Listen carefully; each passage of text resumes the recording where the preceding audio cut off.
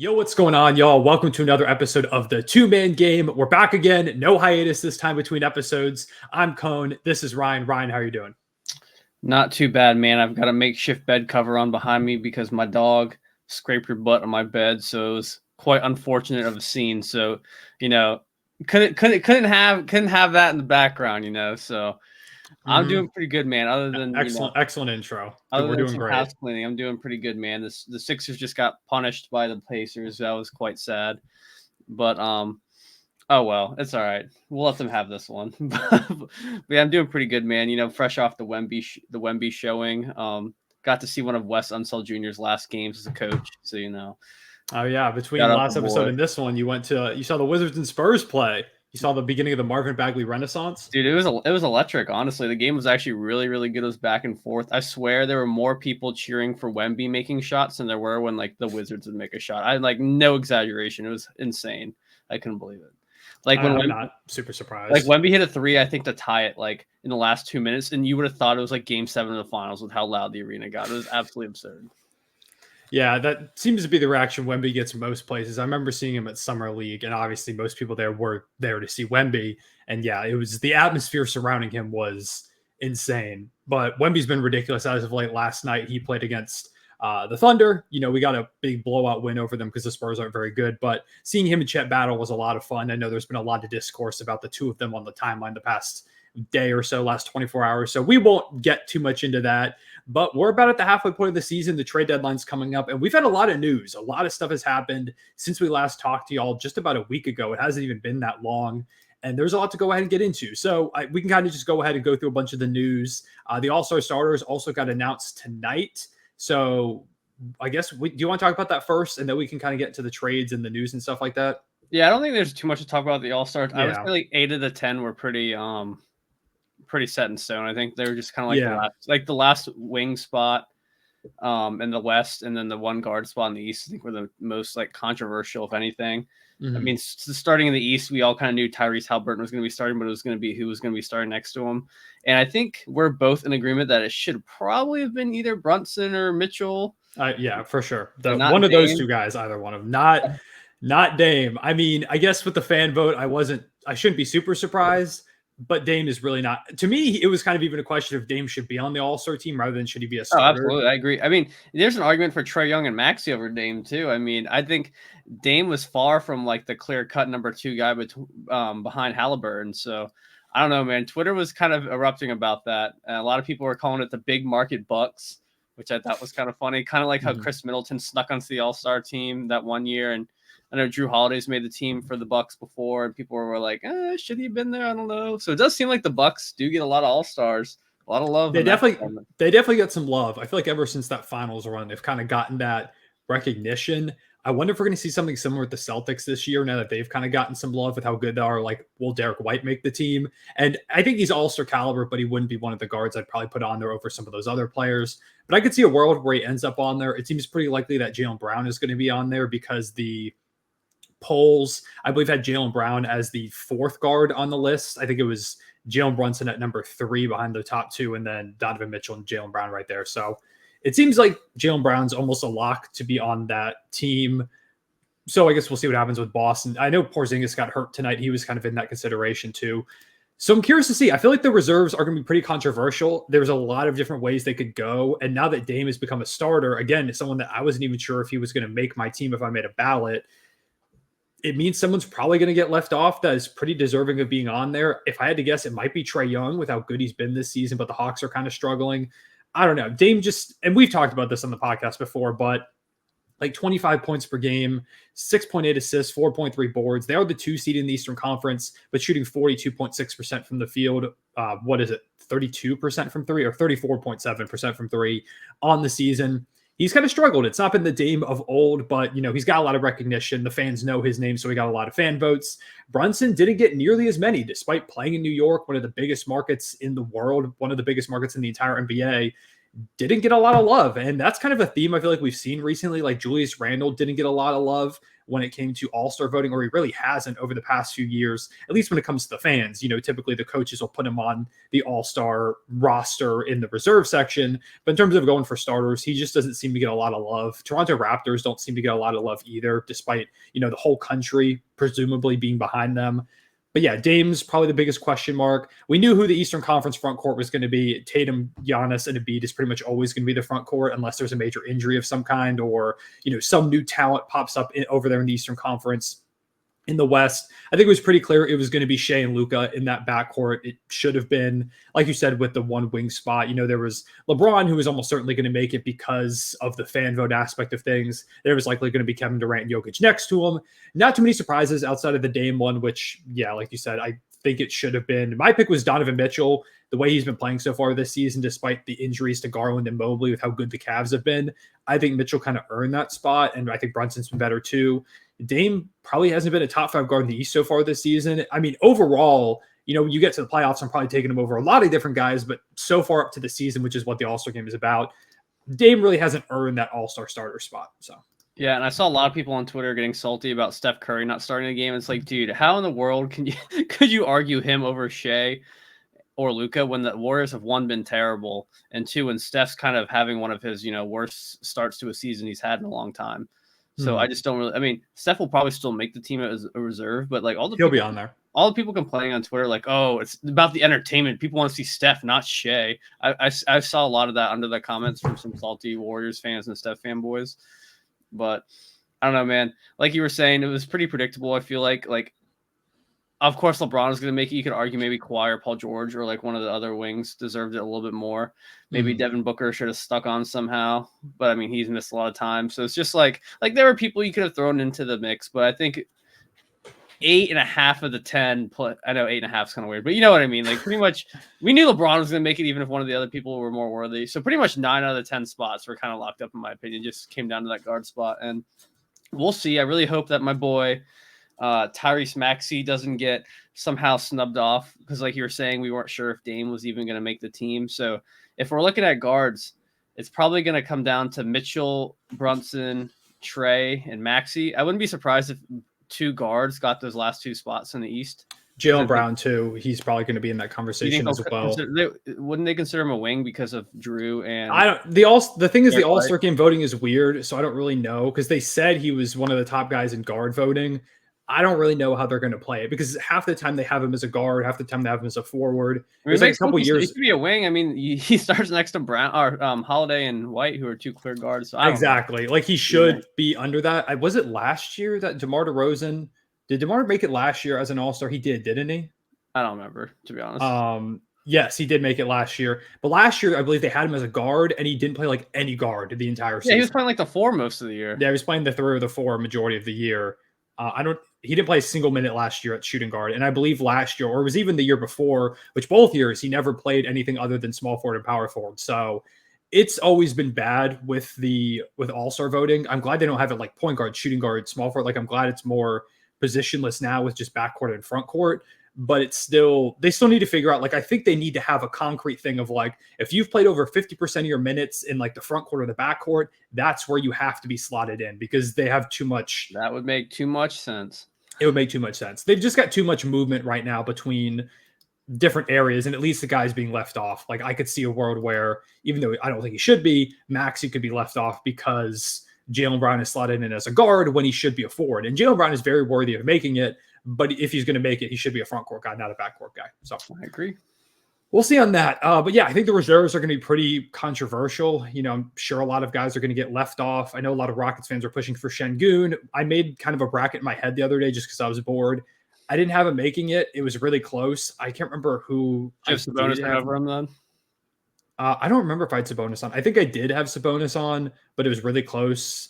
I know a lot of people are debating them for the last 2 spots, or for the last spot. Yeah, because you've also got like Steph Curry, Donovan Mitchell, De'Aaron Fox, and Anthony Edwards. or not Donovan Mitchell. I was going to say Donovan Mitchell back to the Devin Booker, Steph Curry, Anthony Edwards, De'Aaron Fox. That's what I was going for. Like you've got those 4 guards, and it feels like they should all probably make it, which means going to make it. That would mean no wild card spots. Yeah, Kawhi's probably going to make it. Paul George is most likely going to make it. Anthony Davis. Yeah, Anthony Davis, like that's the whole team right there. So it's hard, and that doesn't even include Sabonis, who could Your be on the star boy, team. Rudy Gobert. Yeah, it doesn't include Rudy Gobert, doesn't include Karl Anthony Towns. Like the Wolves don't get 2 All-Stars. No Wemby, no Chet, like either of those guys. It's just stacked. It's really hard to make it. I've been a proponent of them expanding the All-Star roster for a while now. I think it should be up to 15 players. Just it should be the same as a normal roster. Exactly. Like the league is so talented at this point, and with people putting up gaudy numbers all over the place, it really should be.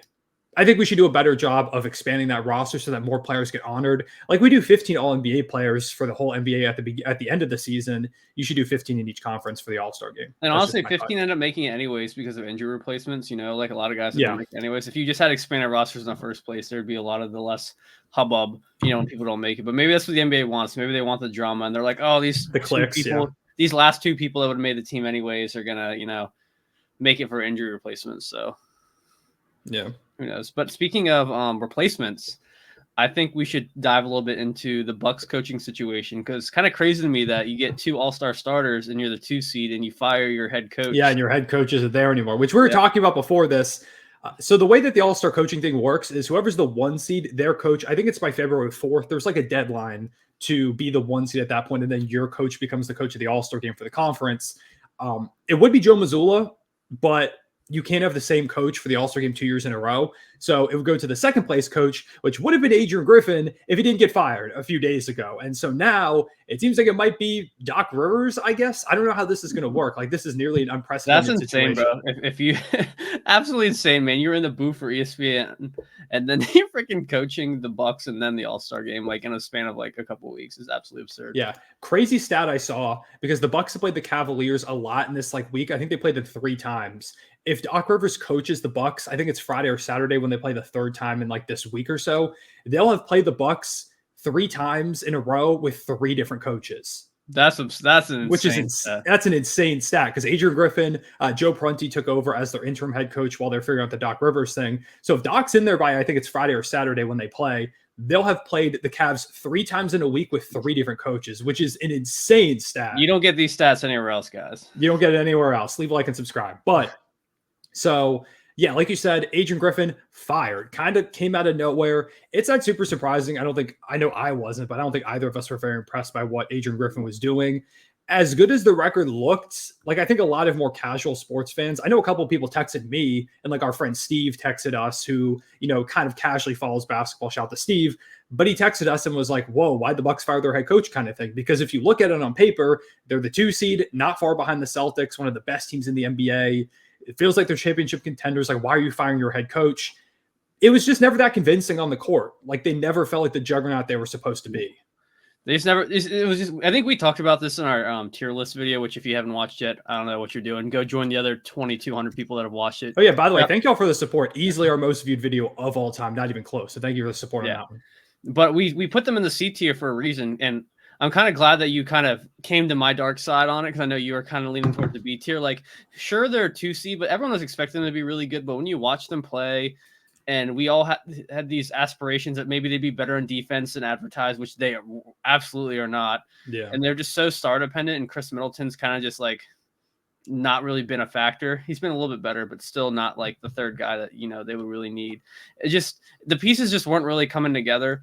And I think that even though the record was showing that they were pretty good, it's just no person who watched a lot of their games and kept up with the team regularly was like, oh yeah, like they're proving everyone wrong and they're looking really good. They're a juggernaut. They're a big threat. I don't know, man. They just haven't really scared. Obviously, Giannis is a scary player because, he's one of the top 5 players in the entire world. But the team as a whole just really does not intimidate me, at least at this point. They might change that. But yeah, I guess we'll see how they look under new head coach Doc Rivers, who apparently was serving as like a consultant to the Bucks anyways over this recent stretch to Adrian Griffin to help him out. Is this tampering?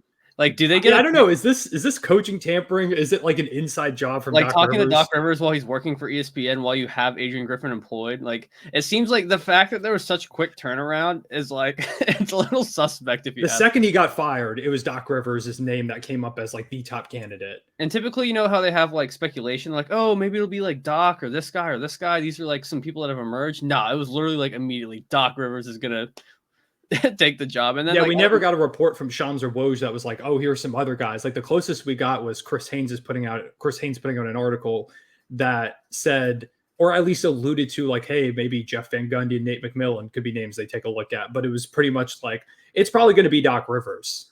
Speaking of Jeff Van Gundy, do you think they'll go back to the OG booth now? I wish they would. I miss it. But apparently, according to a report, that they're just kind of considering keeping Mike Breen and Doris Burke as like a two-man. Oh, that's so gross. Two-man-woman grouping. two human. Yeah, two-human grouping. Yeah, I love that old booth. I've gotten nostalgic. I miss it. Not that a lot of people hate Doris Burke. I don't have a problem with Doris Burke at all. I think she does perfectly fine.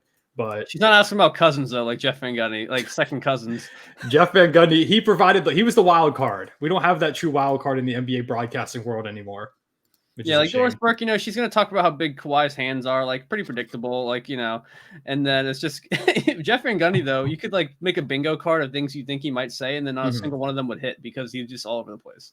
He would propose the most insane rule changes you've ever heard of. Like, if you get 7 fouls, you should be suspended for the rest of the season kind of thing. Like, I have a take that might be I don't know if it's going to be shared. And he would just put it out there like out of absolutely nowhere. Like Mike Breen would be calling the game and he would say something absolutely absurd. And then Mark Jackson and him were like having a little side dialogue. And you had Mike Breen being like, and Steph Curry hits the 3. Bang! I miss that. But yeah, so Doc Rivers is the coach now. We got a report about kind of some of the stuff that led up to Adrian Griffin's firing. We knew that they had some internal struggles. There were some player meetings that he kind of lost the locker room. They didn't really respect him that much.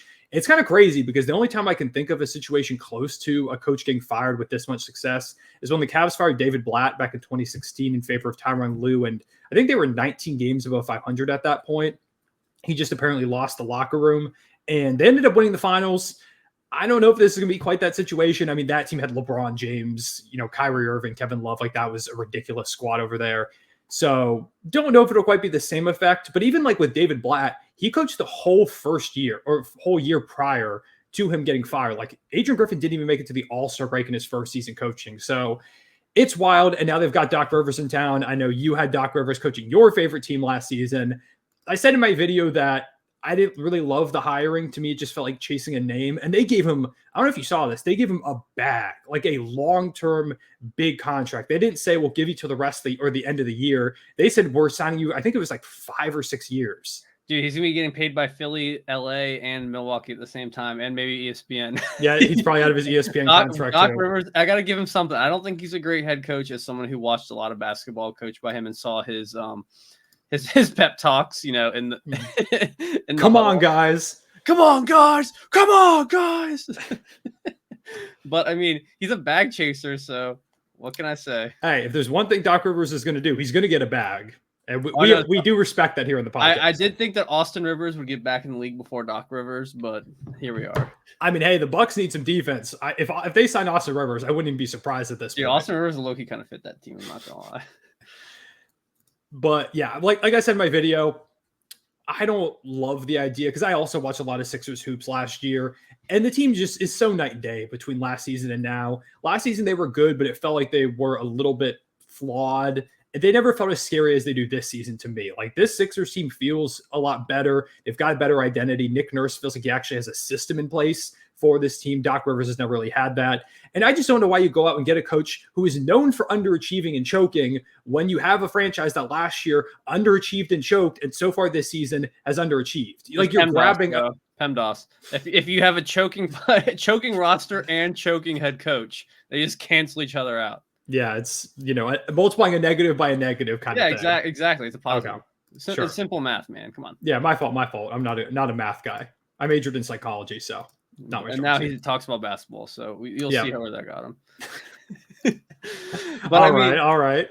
Yeah. So Doc Rivers, I don't know, man. I'm not really a fan of the hiring. It feels like they could have taken some see. more time. I do want to say I respect them for making the decision now. If they felt like he wasn't the man for the job, it's not like they wait until the end of the season and say they slowly unraveled. You get to the playoffs, they fall behind in the series and they just give up kind of thing. They know they don't have the biggest championship window in the world because Dame's getting older, Middleton's getting up there in age, Brook Lopez is getting older. They said, okay, we're going to go ahead and cut our ties. We're already paying Mike Budenholzer money. We're going to go ahead and pay Adrian Griffin money too. We don't care. We need to bring in a better head coach. Now, did they accomplish bringing in a great head coach? No, I don't think so. But they did at least try something, and I do appreciate them, not sticking it out till the end just because they felt like they had to. Another stat: they're paying 4 head coaches in one season because they're paying Bud, they're paying Doc, they're paying Griffin, and they're paying the interim guy until Doc starts. So you're paying 4 head coaches in one season.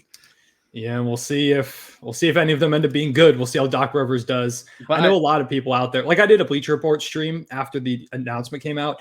Most people hated the idea of him being signed, like most of the Bucks fans in there. But there was a strong contingent of people that were like, y'all are crazy. Doc Rivers is amazing. He won a championship kind of thing. Oh, man. Those dudes haven't tuned in the hoops in 10 years. Yeah. My last thing I want to say about the Doc thing is a lot of people are comparing Doc to Bud. So I'm wondering if they tried going with this like new wave of coaching and they're like, yeah, actually what we had before wasn't that bad, but we can't hire Bud back. So let's just get Doc Rivers because it's very similar. Like overall respected coach that doesn't make a lot of adjustments, but kind of knows what they're doing. Like, I mean, I would have expected that. I would have respected them greatly if they went out there and said, Bud, we're sorry. That's our bad. Come back. If like they had done that, I would have respected the hell out of it. I want to talk about one more thing before we switch subjects. We can talk about the other coaching change, which I think we'll a little bit less to talk about with that one. But I think Giannis's comments were a little. I don't know if Giannis just has the best PR team in the world or he's just like the biggest liar and absolutely full of BS. But you would think if you're the Bucks like ownership and like managing group and you have this guy Giannis, right? He's your franchise dude.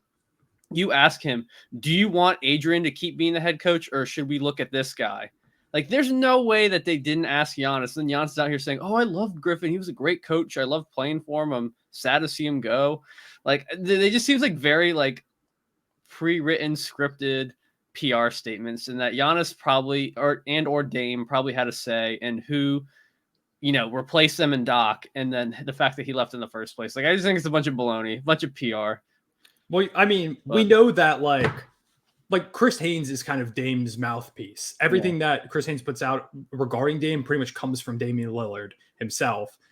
And Chris Haynes had that article out immediately talking about the friction that they had, the troubles. The first game after Adrian Griffin gets fired, the Bucks before pregame, and apparently they do this a lot, but it looked a lot more energetic. They were like jumping up and down, dancing in a circle, like going crazy. They clearly did not like the guy. Like clearly there was a lot of friction there. A coach doesn't get fired halfway into a season where you have this type of record just for on-court stuff, especially not at this timing. I feel like if it had just been on-court stuff, they would have waited till like the All-Star break or something and then taken more time. Mm-hmm. But I think it just got too bad, so I agree with you. There was probably a lot of PR in those statements, but the fact that they were like jumping around and dancing, going crazy, they were out there playing some of the best defense I've seen them play this entire season against the Cavaliers, who have been really good as of late. I think they're energized. And maybe Doc Rivers isn't the best hire, but at the very least, maybe you're going to galvanize this group because you've moved on from a coach in a situation that felt kind of toxic. But just the way they were like seemingly celebrating out there on the court makes me feel like probably weren't a big fan of his coaching. So yeah, we'll see, I guess. Yeah. As you alluded to, another coach got fired. Wes Unseld Jr. is out as the Wizards head coach. Not a lot to say about that one. It makes sense. He wasn't a very good coach. It felt like, as someone who watched him in person, I could attest he was not very good. Yeah, not a great head coach. Most Wizards fans who I know have said consistently that he's the worst coach in the NBA. I don't know if I'd say that. I don't have a list of coaches in front of me to really rank them right now. I'm pretty sure he was up there. I was never a huge fan of what he did over there in Washington, and he's moving now apparently to a front office role. So it's not like he's out of the organization entirely, but he's no longer their head coach. I guess we'll see what happens. They brought up, what was his name? It's Brian Keefe, right? Yes, Brian Keefe is their new head coach. Seems like an auto-generated 2K coach. He has, I forget what player he worked with. So there was some player or a quote that I saw of a player talking about how they'd worked with Brian Keefe a lot and how he was like a big help to them. It was like a big name player. I'm trying to find that right now on Twitter. Let me see if I can find it. Go ahead. Kevin Durant, he said, or it says strong words from Katie on Wizards interim head coach Brian Keefe. He wouldn't take any credit for it, but he taught me everything I know. He's easily one of the most influential guys I know in this business, in this game, and in life. I got nothing but respect and love for BK. So you have at least a pretty good testimony from Kevin Durant. The big Brian Keefe guy, Kevin Durant. One thing I want to say about the Wizards, when they did their little PR announcement, they put in his coach. They thanked him for everything. They said, Coach West led us to it was like a terrible record. It was like so terrible. And everyone's like, why did you got to put the record in there, man? That's not they were thanking West and telling him about how he moved to a different role. I just think it was funny. They put his terrible record in there. Yeah. But I mean, hey, if he didn't want it in there, I guess. Yeah, but the man just, I don't know, just going to one Wizards game in person, Jordan Poole just playing in the corner the whole entire time. The rotations didn't really make a lot of sense. There's a ton of games where he just kind of has a new rotation every game, and it just doesn't really seem sometimes if you make too many adjustments, it's just a little bit of an overkill, and it kills your rhythm. Guys don't have an established role if you're trying a bunch of I was at the game. They put in Landry Shamet for 6 minutes, right? And he scores 10 points. He was electric. And then he never saw the court again in the second half. I'm like, what? And that's a Sixers legend. That's what you came for. I know. And then they have Bilal Coulibaly posting up in the corner the entire game. Him and Poole are they're playing the PJ Tucker role on offense. And I'm like, what are you doing? It just doesn't make any sense to me, man. And then a lot of weird every Wizards game I've seen, it's almost like they're trying to tank. There are a lot of weird non-timeout calls, a lot of weird play. I don't know. Just seemed like some fishy was going on a lot of the time. And maybe that was just bad coaching, but he must be a nice dude if they let him stay in the organization and they just didn't send him to the streets. So maybe he was also kind of dang, this really isn't working. And the Wizards were like, look, man, you're a nice guy and all, but it's just not happening. Mm-hmm. So hopefully he has a good role there. And hopefully this new Burger King coach does pretty good. Shout out BK. Yes, sir. All right. So that's the coaching news. We talked about the All-Star starters. A lot of other stuff has happened this week. We had a bunch of crazy scoring performances in the trade. I guess let's talk about the trade first. You're forgetting about that crazy suspension that happened, and it's probably why the Bucks smoked the Cavs tonight. I don't think they didn't have their Giannis stopper, who's apparently roided up. Yeah, Tristan Thompson suspended for performance-enhancing drugs, which from watching him this season, I don't know what they were doing for him, but I mean, they got him back on the court. So I mean, that's true. He was in the NBA, I guess. He was out of the league and on TV, and all of a sudden he was picked up by the Lakers for the playoffs, and then he got a contract pretty quickly from the Cavs. It was he went from being out of the league to been picked up by playoff teams. It's kind of crazy.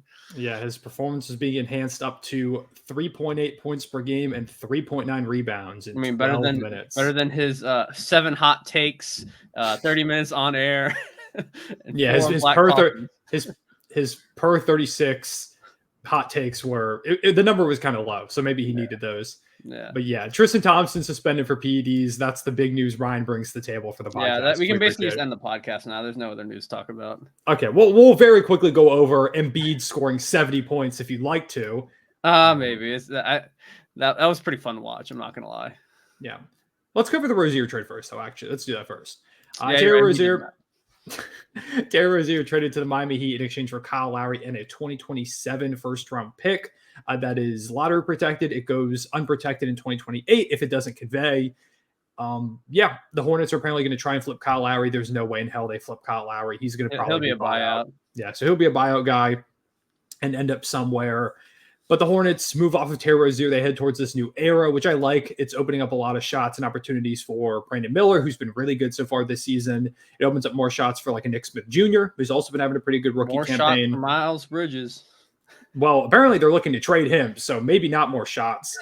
This is also going to be a seemingly fire sale type of deadline for the Hornets. There's rumors that they could be looking to move off of Miles Bridges. That's a name that's come up. Gordon Hayward, who they're also definitely not going to get to trade. He's 100% getting bought out. There's no way anyone takes his 30 mil. PJ Washington could be dealt. Nick Richards. There's a lot of players on this Hornets team that I think could be pretty valuable elsewhere in smaller roles. It's just on the Hornets, they're being used as critical pieces when they probably shouldn't be used in that type of context. So we'll see what happens, but the Hornets are starting the fire sale. And then for the Heat, they bring in a scorer in Terry Rozier, which they absolutely need. The offense has been abysmal. unfortunately, it hasn't been a good start to the Terry Rozier era. He's really struggled in his first 2 games. Their second game with Rozier just finished up against the Celtics, where they lost by like 30 points. Oh, Game was that prior. bad? I didn't get a chance to watch that game. Oh, yeah, it got really bad. Let me look up the final score exactly. 143 to 110, losing by 33 points. And did they end up beating the Grizzlies the other night, or did they lose that game? No, too? they lost to the Grizzlies as well. Oh, they lost to the G League Grizzlies. Oh, man. No Desmond Bane, no John Morant, of course. Missing a couple of other key players. I think there was no Luke Kennard. No Luke Kennard in that game. I think he up 11 and 10 to John Conchar, 25, 5 and 4 to Vince Williams. Shout to him. 15, 6 and 3 to Jaren. At 17 to Gigi Jackson. Scottie Pippen Jr. 15, 6 and 6. Bro, I saw him getting closing minutes in that game. I was like, dang, that is down bad for the Heat. And the Heat's kind of fully healthy right now too, for the most part. They're missing Jaime, but other than that. Yeah, I mean, outside of Jaime, everyone else is pretty much playing like they had Hero, they had Bam, they had Jimmy. The offense has just been anemic recently. They cannot score the basketball whatsoever. The defense slipped a lot. Yeah, the championship pedigree. Kyle Lowry's gone. But they lost that thick factor. They don't have the very underrated thick factor for the Miami Heat. Yeah, it's just not been a great start to this Terry Rozier era. He struggled, just 16 combined points in these first 2 games. It's going to take time for him to get acclimated to a new system in Miami. But they've been losing a lot recently. What spot are they in the East right now? I think they've fallen to 7 or they were 4 6. when we made our last video because we were talking them up how they were doing pretty good. I think they were 5. I don't know if they. It might have been like a game separating them. They were like right around there though. They're the 7 seed right now, 24 and 11 or 24 and 21. Excuse me, 11 games back to the 1 seed. Only half a game up on the Orlando Magic for the 8 seed. Only 3 games up on the Bulls as the 9 seed. So they've been dropping a lot recently. They've just been really struggling without Jaime on the team, and the offense is just completely dried up. For most of the season, they were figuring out how to score, even though they're missing a bunch of their top guys. Hasn't been the case recently. I guess we'll see what they do at the deadline. I do think Rozier is going to help a lot. I like that acquisition a ton. It's just, I think it's going to take some time. They're going to have to figure out how to make it gel. Like we saw with the Harden trade, the Clippers were awful when they first added him. Not saying Rozier's Harden level, but it takes time. So I think the trade is still good for the Miami Heat, even though they've now lost to the Grizzlies without basically anybody and then lost by 33 to the Celtics at home. But okay, let's move on now to your guy, Joel Embiid. 70 points, highest scoring total out of any player so far in a single game this season. Sixers franchise record. It was 70 points, 18 rebounds, 2 assists or something like that. Pretty nuts stat line. Yeah, ridiculous. I'll find the exact stat line real quick. So but I just think it was just hilarious that there was that quote pregame about how they were going to hammer Embiid. Like that was like they asked Greg Popovich how they were going to approach it. And then there was that quote, and then Embiid literally puts up the Sixers scoring record. It's absolutely hilarious turn of events. And now this is going to be a very good meme to reference in the future. Yeah, he was ridiculous. 70 points in 37 minutes, shot 24-41 from the field, 1 of 2 from deep, 18 boards, 5 dimes, 1 steal, and 1 block. 1-3 is nuts, man, for all those points. That's got to be, other than maybe Wilt, I feel like that's got to be the least amount of 3 scored with that many points. Let me look up. I'm going to look up players to score 70 plus. I think I actually was looking at the other day. I think Devin Booker and Donovan Mitchell, they really didn't have as many threes as I thought they were going to have. What the hell? I searched on StatMuse players to score 70 plus in a game, and it gave me a list of like Seattle Mariners and Texas Rangers players. Oh, well, who scored 70 for the Mariners? Well, it's just showing like all their stat lines for a game. I have no clue what this is referencing.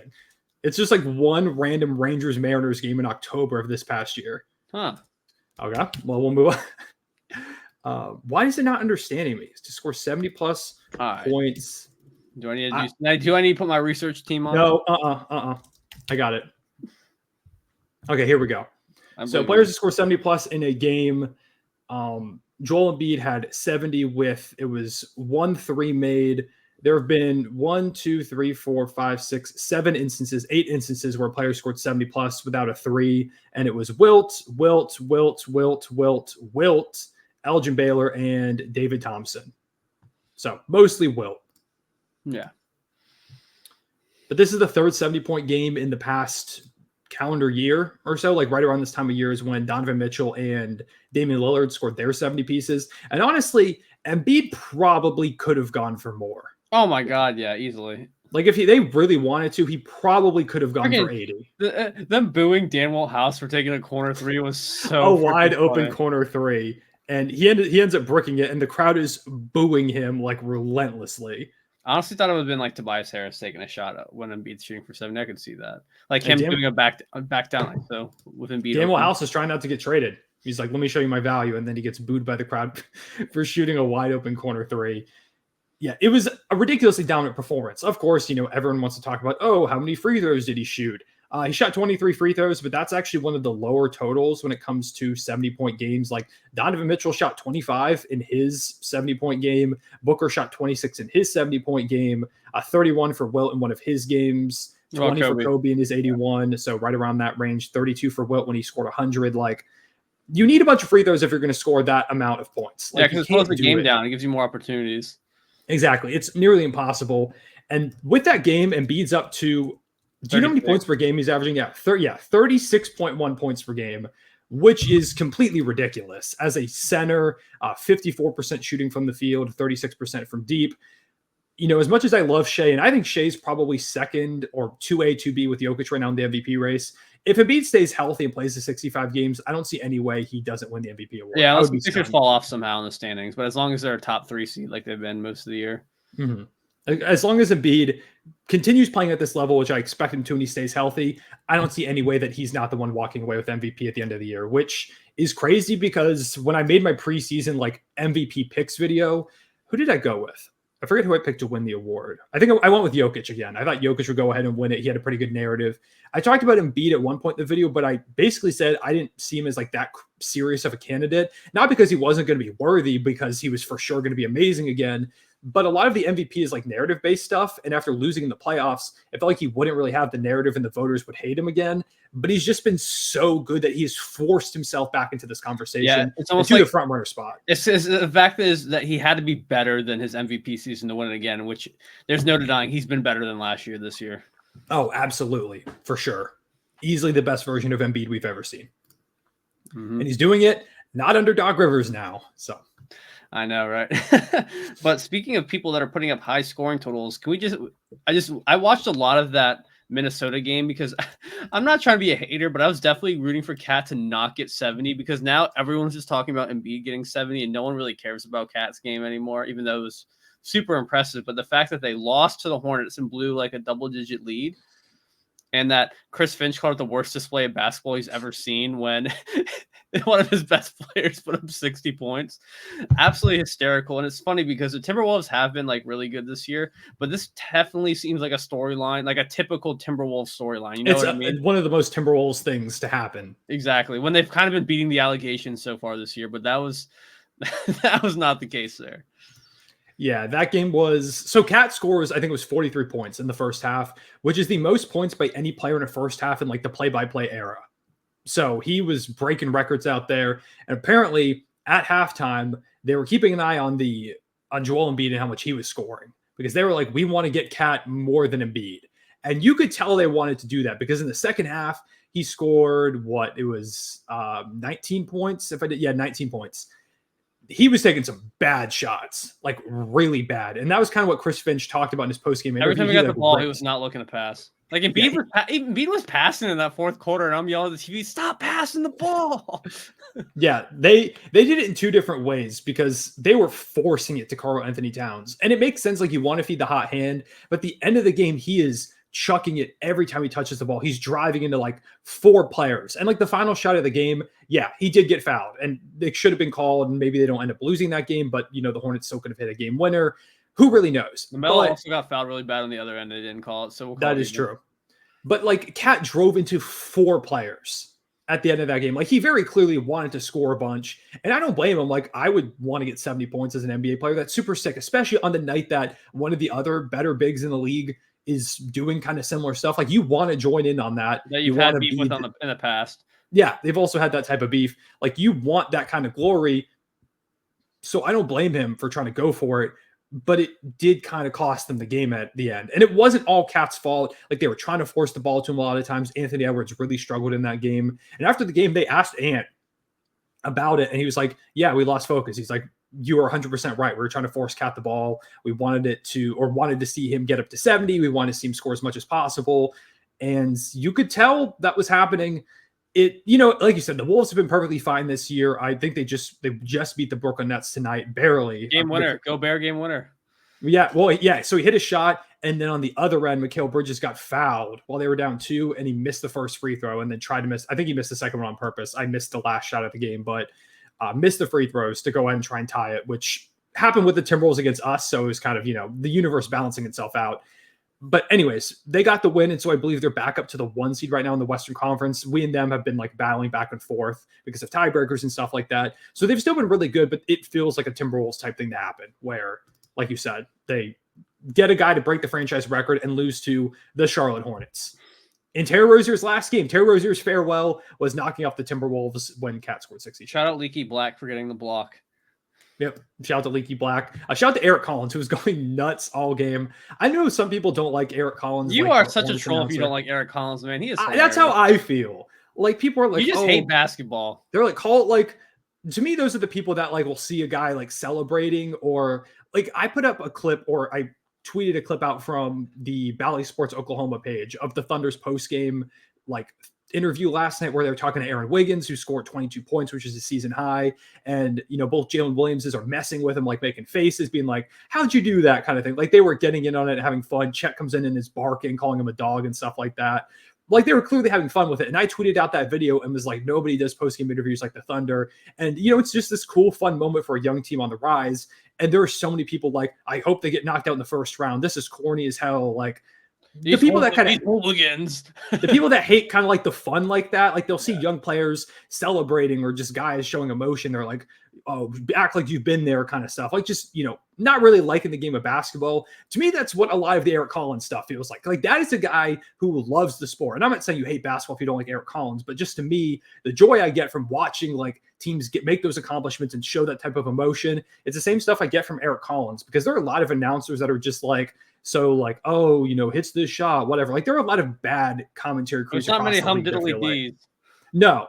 And it's not like it's every single announcer. He is a very different type of guy. And yeah, like yelling hum-diddly-dee, like when Leaky Black hits the free throw, he's like, I love Leaky. Like, he's screaming it, and it's hilarious. Like, that type of stuff, to me, I really like that. I'm someone who just enjoys all kind of like, especially if you're a Hornets fan, man.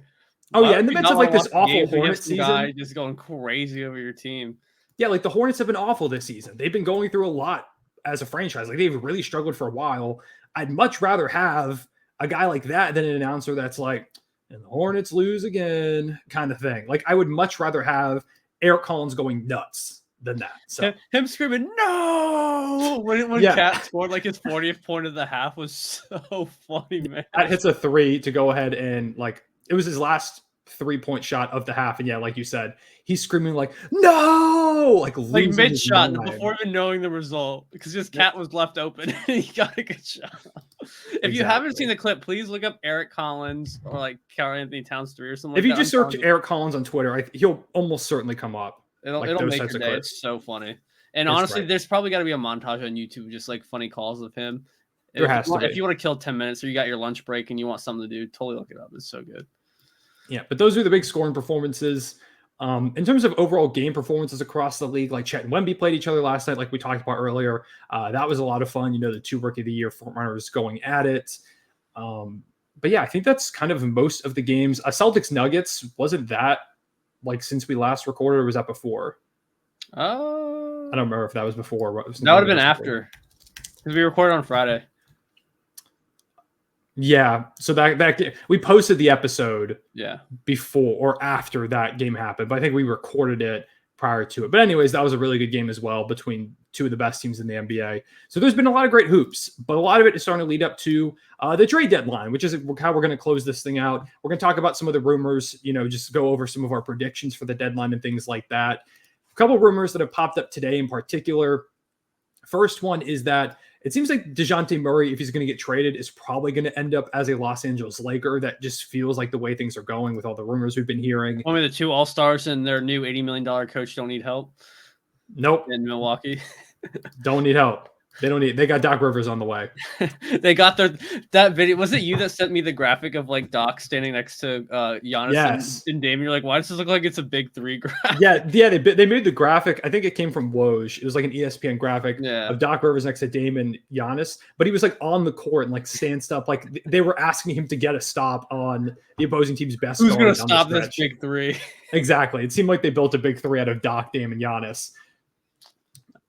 But yeah, I can't get over that the fact that like the amount of Bucks fans I saw celebrating that Adrian Griffin got fired, and then the immediate like freak out of, oh my god, it's going to be Doc Rivers who replaces them. Literally the funniest. Talk about from 0 to 100 back to 0 real fast. Oh yeah, huge roller coaster for Bucks fans. If you're a Bucks fan, let us know how you feel about Doc Rivers. But yeah, DeJounte Murray seems like he's probably going to end up a Los Angeles Laker if he does get dealt. I would be surprised if he didn't get traded at this point. It seems. Where's like D'Lo go though? Because they said they were going to reroute him. Where's D'Lo going to go? Yeah, that's the thing. Apparently, that is kind of one of the bigger holdups in this whole saga. Is where does D'Lo land? And I don't really know, to be honest. I don't know who gets involved. Like, could it be the Charlotte Hornets? Yeah, there we go. The Hornets maybe could they get involved? Like they have Kyle Lowry's contract. They have Gordon Hayward in there. Hayward could potentially be an option thrown in there as well. So there's definitely some guys over there. I think D'Lo's been good as of late. Like I don't hate the idea of D'Lo landing on a pretty good team. It just depends what team is willing to give up the amount of salary that they're going to need to give up to bring in D'Lo as that last piece in that trade. So I don't really know where he ends up getting rerouted to. He's making 17 mil, so it's not that crazy to take on, but it's not a minuscule amount of money. Like you've got to send out a decently sized contract to bring him back. And the thing too with the Lakers is you got to be careful because like you don't want to send D'Lo to like another West contender. You know what I mean? Mm-hmm. Like I feel like it kind of even limits the teams even further on where he's going to go. Because they're like, oh, we don't want to send like if let's say the Clippers want another guard, right? It's like, oh, we're not going to send D'Lo to them. You know what I mean? Mm-hmm. Or like Denver want another bench piece. I don't know. And I don't really know. Like, I'm someone who's very iffy on DeJounte Murray. We've gone over this on the podcast before. Yeah, DeJounte Murray hater over here, certified hater. I'm not a hater. I just don't him in every know. situation except for when he's shot chucking on the Spurs. How much does DeJounte Murray do for this Lakers team? I don't know, man, because they change their roster every 2 months, so it's kind of hard. It's always hard to tell what's going to happen. I just don't know. I don't think it moves the needle, though. It doesn't move the needle to me as a team that's currently, like, they're under 500 right now, I believe. I mean, DeJounte Murray has never won an in-season tournament, so. That's true. He doesn't have that IST experience. Yeah, they're the 10 seed right now, 9.5 games back at the 1 seed, 1 game ahead of the Rockets and the Warriors as the 11 and 12 spots. It's only 9.5 back at the 1 seed. That's actually not as many as I would think as a 10 seed. No, because it's super close. Like we're 31 and 13 right now as the 1 seed. Although I think the Wolves, like I said, I think they, with the win tonight, I think they moved to 32 and 13, if I'm right. So they're probably more like 10 games back now. These standings, I think, are a little bit behind. Mm-hmm. But even still, yeah, they're 1 game under 500. The West is just super close at the moment. Yeah. So, but yeah, I don't know if DeJounte moves the needle for me a lot. There's not really that many candidates out there in the market that feel like they can push this Lakers team over the edge necessarily. Maybe they just need a shakeup. But like when you want they shake up all the time though, man. I just don't get it. Like we always go like, oh, the Lakers won the offseason, or oh, great trade for the Lakers. You know what I mean? It just feels like these moves keep coming and coming, and we all think they're pretty good, and then just never like. I don't know. I mean, maybe trading Gabe Vincent's salary for something because he's been a non-factor. He's been hurt or bad. Yeah, because he just really hasn't even played this season. Like D'Lo is a 41% three-point shooter, giving you 6.2 dimes per game. DeJounte Murray's defense is going to be better. It's nothing too crazy anymore, but giving you like 5 dimes per game. He's putting up more points. But I haven't really liked DeJounte as like an off-ball player alongside Trae Young. It hasn't really worked. Like it feels like he needs to be kind of one of the lead on-ball guys to be at his best. And with a team with LeBron and Anthony Davis, I don't really know if that's the best situation for him. Like defense isn't that big of an issue for the Lakers. Like they're not great defensively. They are the 14th ranked team, so he'll definitely help on that end. But what they really need is offense. And D'Lo is shooting really well from 3 so far this season. Like he's a 40% three-point shooter. They're the 22nd ranked offense, and they're just not a good shooting team. I don't know. I just really don't know if DeJounte Murray moves the needle that much for me. I agree. So, especially because they're going to have to give up a good bit of salary to bring him in. Like they're probably gonna have to give up. Like D'Lo seems like he's gonna be sent out. Maybe even Rui Hachimura. If they make a couple of trades, it could maybe work. But I just don't know if DeJounte Murray is the type of guard I like playing alongside LeBron James. This might be a hot take, but as much crap as we've given the Bulls and Zach LaVine, I think I would rather have Zach LaVine on the Lakers than DeJounte Murray. I don't know. LaVine has been really rough this season. Yeah, obviously if LaVine was playing to his caliber, but I don't know, man. I just because kind of like what you're saying, I feel like LaVine can play probably with LeBron. You know, I would like him as a shooter off of. He's shooting 35% from deep this season. He struggled a little bit more. He'd probably be better in a role next to like LeBron James. So, yeah. So if you could pick between the two, like if you're going to get LaVine or Murray, but obviously there's a question mark with LaVine if he's going to be better or not. Like, but which one would you take? If we're just talking straight up, like without contracts, it's kind of a toss up for me. I might lean DeJounte a little bit just because of the defense and the playmaking, and LaVine's just kind of he's just like scoring. Although with like LeBron and AD, that's kind of what you're looking for. Yeah. I don't know. I think it might be hard to play like Zach LaVine and Austin Reeves together. That might be difficult. Never thought I would hear that in a sentence. We can't we can't trade for LaVine because we don't know how he'll fit next to Reeves. Yeah, I don't know, because backcourt defense has been a problem for them this season. Yeah. Like DeJounte helps that. I just don't know if he's going to work well enough as an off-ball player alongside LeBron, unless you want LeBron to play out more off-ball, which I don't know if you want to do because he's been one of your best players this season. It's weird. I don't know really what the Lakers do. To me, they're kind of stuck. We both really like their offseason. It just hasn't really come to fruition. Like the role players are inconsistent. I don't think Darvin Ham is a great coach. It's not really working out. Darvin Ham would disagree. Did you see the video I sent of the net space where they were debating Spencer Dinwiddie and then the guy crashed his car? No, what? You didn't see that? There was this Twitter space where they were like debating, I think, Spencer Dinwiddie and how he's been playing recently. And one of the guys that's unmuted but isn't talking, you hear like and then like a bunch of like bumping, and then it sounds like you hear the car going like ding, ding, ding, as if like the airbags just went off or like the doors open, your seatbelt's off or whatever. And they go like, so-and-so, you all right? He's like, I gotta go. So I'll resend the video. Yeah, it's in the chat with Matt if you want to go see it. Okay, I'll also check that out. I must have missed that. Absolutely hilarious. The guy's fine, so it's funny, but yeah, I was just shocked. I saw it on my timeline. On Twitter, man. I watched it like 30 times. But the other big report today was that the Pistons and Bulls have had a bit of a conversation about Zach LaVine, potentially trying to bring in some help for Cade Cunningham. But the holdup is the Bulls want Bojan Bogdanovic and like one of the blue chip pieces, their terms, not mine, from the Pistons. And the blue chip pieces include Cade Cunningham, Asar Thompson, Jalen Duren, Jaden Ivey. So they want one of those guys and Bojan for Zach LaVine, whose contract is awful and is currently not playing up to his usual level. And a lot of rumors are that they would probably have to attach a draft pick to him to get off of his contract if it wasn't sending to a team that really needed him. So I don't know what the Bulls are doing. I don't know if they're going to make any trades because it seems like they're delusional. I don't think they are, man. I think they're going to stay. You might see maybe Caruso goes. Maybe. I don't think they're going to trade him either because I think like Caruso is really good. I feel like they're going to just try and keep as many people as they can, which I hate. The Bulls are just one of those teams, man. They'll be perfectly happy trying to make because I mean, let's be real. We kind of thought they were going to be like a really bottomed out lottery team. They're kind of fighting for the 8 seed right now. Like they're right there. They're fighting for it, all right, but I don't. But like, it's not like they're not going to take more than a game, maybe, and they might even not even. I don't know. I don't like it. To me, they need to bottom out. Yeah, they're just wasting their time. DeMar DeRozan's going to be a free agent. There's rumors they could extend him, which I don't like that. That'd be terrible, man. Trade his butt. If LaVine isn't going to get you any value right now, I don't hate the idea of sticking it out with him just to see if he can rebuild that over the course of the season. And just try to trade DeMar. I would maybe try to trade DeMar and Caruso. Yeah, and just try the to problem is like they've let all these guys outside of Caruso. Caruso's still got a lot of value, but they let DeMar, LaVine, and Vucevic get to like their lowest value in a long time. Like Vuce has been awful this season. LaVine isn't playing up to his usual standard. His contract's ridiculous. DeMar is now expiring. So that's a problem that you're facing now too. Like teams know you're not good, that you probably want to move on from pieces. It just feels like they waited way too long to try and do anything with this. So I don't know if they're actually going to deal anybody. They should, but it feels like they're probably just going to surprise me if they stand pat. Would not surprise me. No, and I hate it. But yeah, so those are some of the rumors for the Pistons. I guess it makes sense to try and get better, but I don't know if I like Levine as that piece. Like, because it seems like they've been trying to accumulate cap space to see if they can make a run at players. Not that there's any great free agents in this class. They probably want to go to Detroit right now with how they're playing, but it seems like that's been their plan, and now they're just going to abandon it for Zach LaVine, who doesn't really do much for you. I don't like that either. No, I don't like it either. Not a fan. So, but yeah, those are two of the bigger rumors we've seen at the moment. But yeah, I just want to kind of go over some players, or I guess some teams, and see if you have any thoughts about them. I guess kind of want to start off by asking about these Sixers.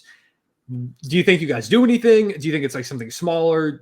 Are there any pieces out there that you would like to see the team add? I know like DeJounte Murray was a rumor guy that y'all could show a little bit of interest in. I don't necessarily love DeJounte Murray for y'all, but I don't know if you have a different opinion out there. So I think really the only thing the Sixers would do is maybe putting Marcus Morris and Covington's contract together and get somebody kind of in that, $20-25 million range. But it wouldn't be like a top tier guy. I think it would be more of like a fringe, either like really good bench player or like fourth, fifth option type of player.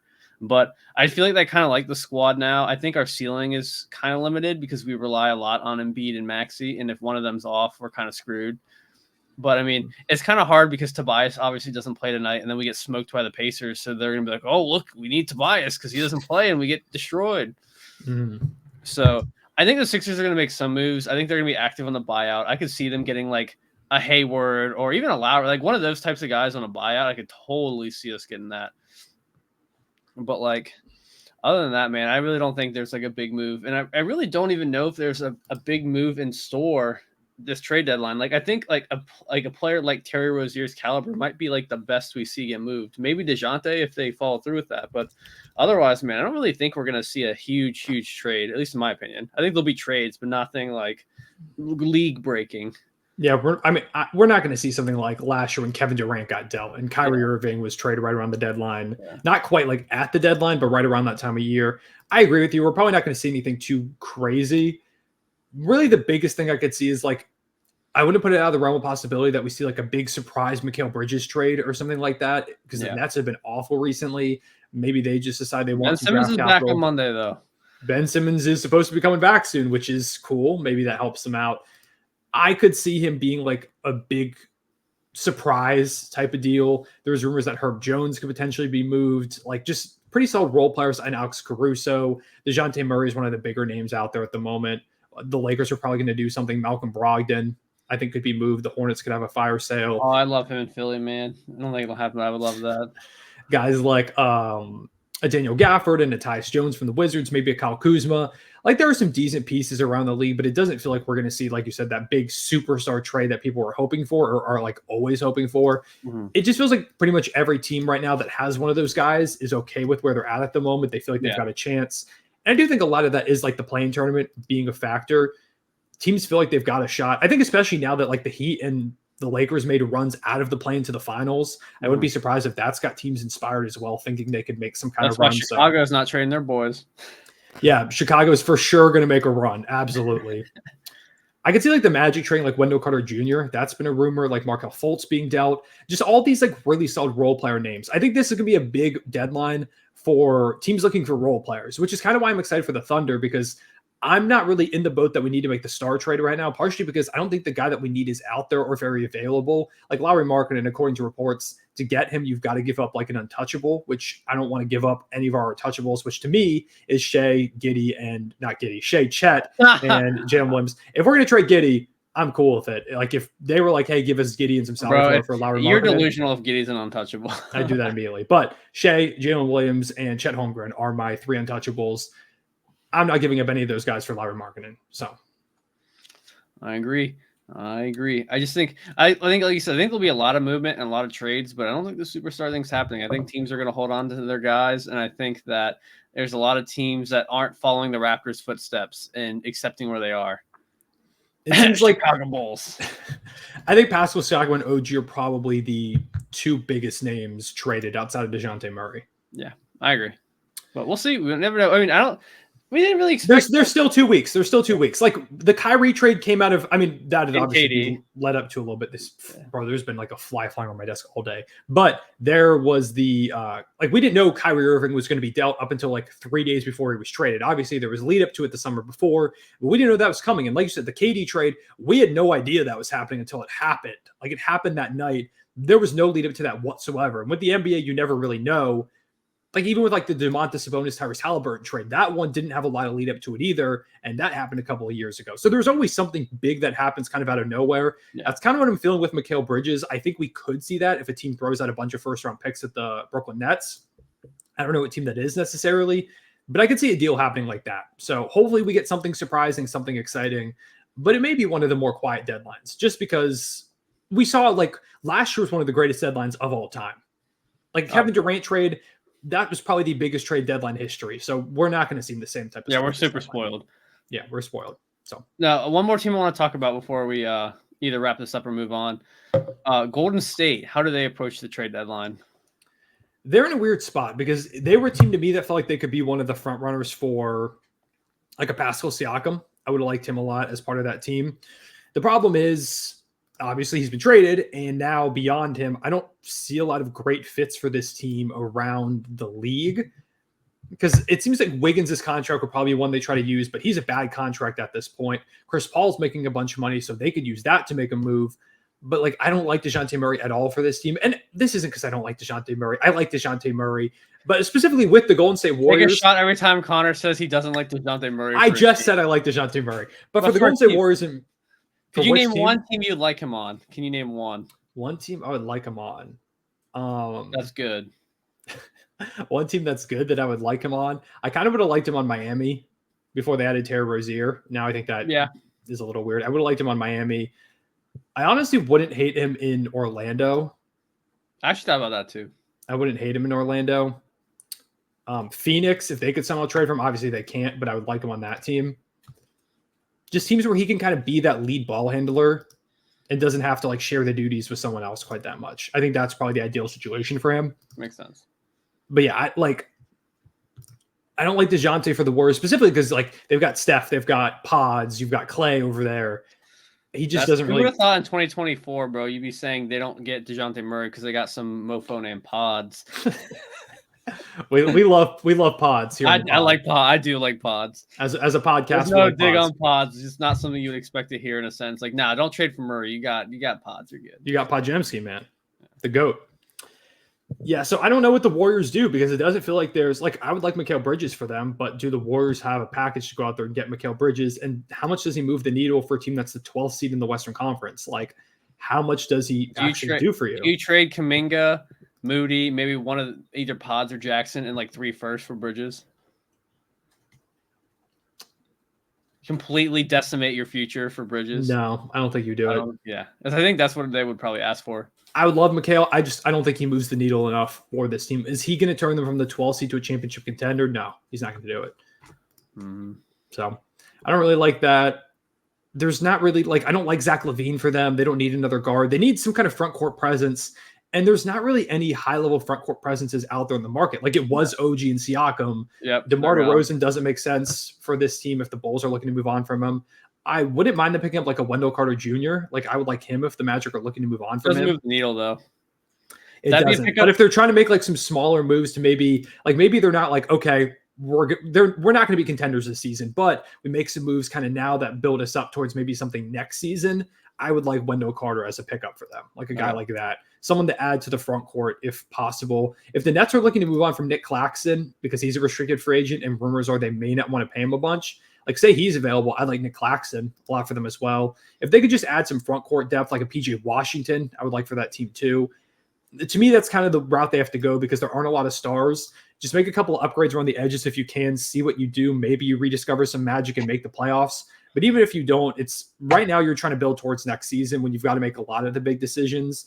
What do you do with Klay Thompson? Do you re-sign him? How much money is he asking for? Do you try trading like Andrew Wiggins? What does Chris Paul's money look like? What happens with Draymond? This team just isn't – they're just an old team that has kind of went past their expiration date, it feels like at this point. I can see this team going the direction kind of how the Lakers stunk in Kobe's last couple of years. Like I could see Steph kind of going down that career path potentially if they don't, take it the right way. Which is tough because they tried to do the whole 2 timelines thing. Like they gave it a go. It obviously did not work out because it's hard to do. It's hard to compete for a championship while you're trying to rebuild on the fly. And I remember all those tweets. There's one in particular that Thunder fans retweet all the time from some Warriors guy who was like, it's crazy how the Thunder were tanking for all those years and the Warriors already built up a better core than them. And it was like a highlight of like Patrick Baldwin Jr. hitting a 3 in the summer league or something like that. I just watched him in the Wizards game, so you did. Wizards legend Patrick Baldwin Jr. Shout PBJ. He was kind of draining some threes in the game. I'm not gonna lie. I liked him as a pick, but now, of course, he's over there banished to Washington. Banished. Yeah, I don't know. The Warriors are one of those teams that I did want to talk about. Like I wrote down in our notes before the podcast. What do they really do? Because it feels like they have to do something when you have Steph Curry in the roster. You can't stand pat with how bad this team's been. I just don't know what moves are really out there because it's kind of a dry trade market. I agree.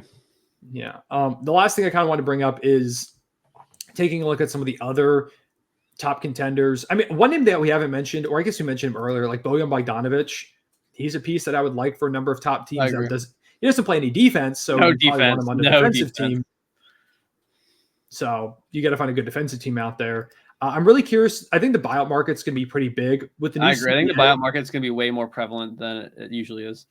With the new CBA, there's limits. Like I think it's if you're a luxury tax team or you're above like that second apron, you can't sign players above a certain salary. So say, for example, Gordon Hayward gets bought out. I know like the Celtics can't pick him up. I don't think the Nuggets can pick him up. Like there are a bunch of these top teams that are above a certain threshold.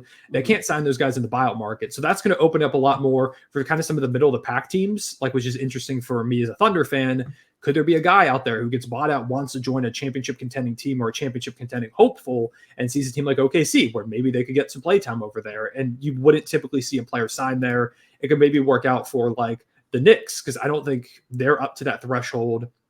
I think the Sixers aren't. They're close, but I don't remember if they are or not. I'm not sure. The Cavaliers are interesting too. Like any team that isn't above that certain threshold, I think it's going to make the buyout market way more interesting because you could see Kyle Lowry, you could see Gordon Hayward amongst some other guys. I'm sure there are going to be some deals around the deadline that lead to guys being cut. Like say Chris Paul gets traded to a lottery team in exchange for a player. Maybe he ends up getting bought out. I think the buyout market's going to be way more interesting this year, and that will help make up for some of the lack of big trades around the deadline.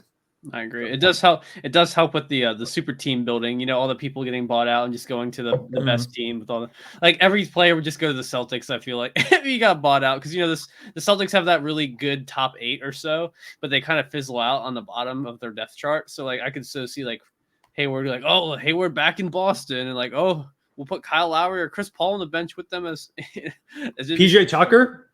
Yep, I think PJ he's Tucker a big guy too. Because he's not making. He's making less, or how much is PJ Tucker making? I know y'all gave him back. I think he's making 13 mil. Oh, he's right around that range then. I think it's like 12.7 or like 13. Oh, he might have been more than that. Hold on, let me look up his contract. I know y'all gave him a bag. We did, and it was 3 years. Might have been 3 for 50 or something like that. It's 11 No, mil. 3 for 33. He's good. Yeah, so he can be picked up by I think any team in the buyout market. So he's probably going to be a guy. I'm assuming the Clippers are probably going to buy him out, or they're going to trade him somewhere, and he's going to get bought out there. Mm-hmm. He's another guy that I could see being a big target on the buyout market as well. So I think it'll be an interesting one. I'm praying for the Heat to get a 4. That's for my friend Matt's sake. Yeah, shout out Matt. We love Matt on the podcast. We need to get Matt on the pod at some point soon. One day, if they make a big trade at the deadline or something like that, we'll bring. Terry Rozier wasn't big enough. Don't hate on Scary Terry. That's a Heat legend. But yeah, I think that's everything we have for the podcast. Do you have anything left that you want to go over? Nothing that I can think of. I'm gonna check on my terrible bet. Let me update the audience on my terrible bet I made tonight. It's actually been looking pretty good. I kept an eye on it for you. Oh, really? Yeah. Let's see. Jonathan Kuminga 20. He's at 12. Kevon Looney 5 points. He's at 4. And Monk 6 assists. He has 2. So it looks pretty good. It's not looking bad. Almost at halftime. Ryan kind of cooked. We'll give Ryan credit for that one. How are our boys Steph Curry and De'Aaron Fox doing? Steph went insane in the first quarter. Steph was going crazy. He hasn't really scored since then. I think he had 18 in the first quarter and hasn't scored since the first quarter. Yeah. The game is ridiculously high scoring, though. It's 71 to 68. That boost is looking good. Harrison Barnes is 18. What? I should have known it was a revenge game. Oh, his over-under points, I think, was like 8. Ooh, hold on. Big news from Shams. Exciting competition planned. A 3-point shootout between Steph Curry and Sabrina Ionescu, the star from the New York Liberty, at All-Star Weekend. 2 3-point contest champions. Cool. Curry hinted at the possibility tonight while mic'd up versus the Kings. That'd be fire. I'd be super down for that. They need to bring in Caitlin Clark when she gets to the W as well. That'd be pretty sweet. I like that. They should do more crossover stuff like that. Like do 3-point contests. It'd be good for the WNBA to get some more marketing for them. Yeah, do stuff like that. Which, by the way, support the WNBA. I went to the final game of these past finals in New York at the Barclays Center between the Liberty and Aces. One of the best basketball games I've ever watched live. Like that game was ridiculous. So check out some WNBA hoops. It's fire. But yeah, I think that's everything. We touched on most teams, I believe, in this video. Didn't talk about every one of them. We're going to talk more about the deadline as we lead up to it. We'll do like a full trade deadline preview probably. Yeah, I wanted to make predictions on this podcast episode, but like it's not one of those deadlines where there's a billion different names that are established. It feels like we're probably going to see some surprises. The Brooklyn Nets to me are also they're for the second deadline in a row the wild card. They are the wild card because like Mikal could get traded theoretically. Is Cam Johnson going to get dealt? Are they going to be buyers? Like they feel like a team that could add Zach LaVine for some reason. Oh yeah. Royce O'Neal I think could be valuable in a number of different teams. Dorian Finney-Smith. Where's he going? Where's Ben Simmons going? Spencer Dinwiddie. Maybe on the court. Yeah. Well, apparently he's in the G League at the moment, so that's where he is. Well, another Nets fan getting a car accident in a space. Who knows, man? You never know with the Nets. You never know with the Brooklyn Nets.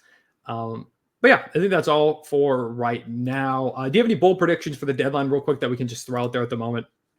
The bold prediction. I had one in my brain and I forgot. Oh, the Kings make a crazy trade. Kings make a crazy trade. Do you have a name you want to attach to that, or you just absolutely not? I got no idea. Okay, cool. Because nobody that I could see the Kings going after DeJounte Murray. I could see it. I would be surprised, but it feels like a Kings thing to do. I know Harrison Barnes is going off, so it's rude of me to talk about this right now. He stinks. Kuzma to the Kings. I would like Kuzma to the Kings. That was what I was thinking about making a prediction like that the Kings are going to land like a Kuzma or something like that. I'm going Kings make a big trade. That's going to be my prediction. I'm going to say the Bucks find some way to make a splash. Even though they should not physically be able to, like the way they got in the Dame trade, I think they're going to find a way to make a splash. So does that mean Middleton's gone? And it's not Doc Rivers. I don't know if that means Middleton or if they just make a decent that big addition. four is going to go crazy, man. The big four, whoever they pick up, Dame and Giannis alongside Doc Rivers. Doc Rivers is on the phone with another team just going, come on, guys. Come on. Trade us your player. Come on. And they're like, okay, fine, Doc. You can convince us. That's the Doc Rivers motivation we're looking for. We're ready to rally around Doc. Let's do it. Do I have any other bold predictions I want to throw out there right now in this podcast episode? Trying to think of teams that can make like a big splash that comes out of nowhere. I'm thinking of the boys. Cavs trade Evan Mobley. That would be you are legitimately insane for that one. that is a stupidly bold prediction. A superstar becomes available and they trade Mobley for him. They trade Mobley for Mikal Bridges. That's my bold prediction. God. We're gonna end the podcast here. Bold prediction.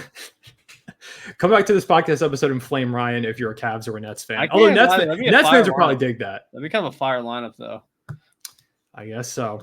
But yeah, we appreciate you tuning into the podcast episode. Leave a like and subscribe if you enjoyed. If you're here on YouTube, if you're on an audio platform, make sure to let us know as well what you thought of the episode. Rate it 5 stars, download it, all those different things.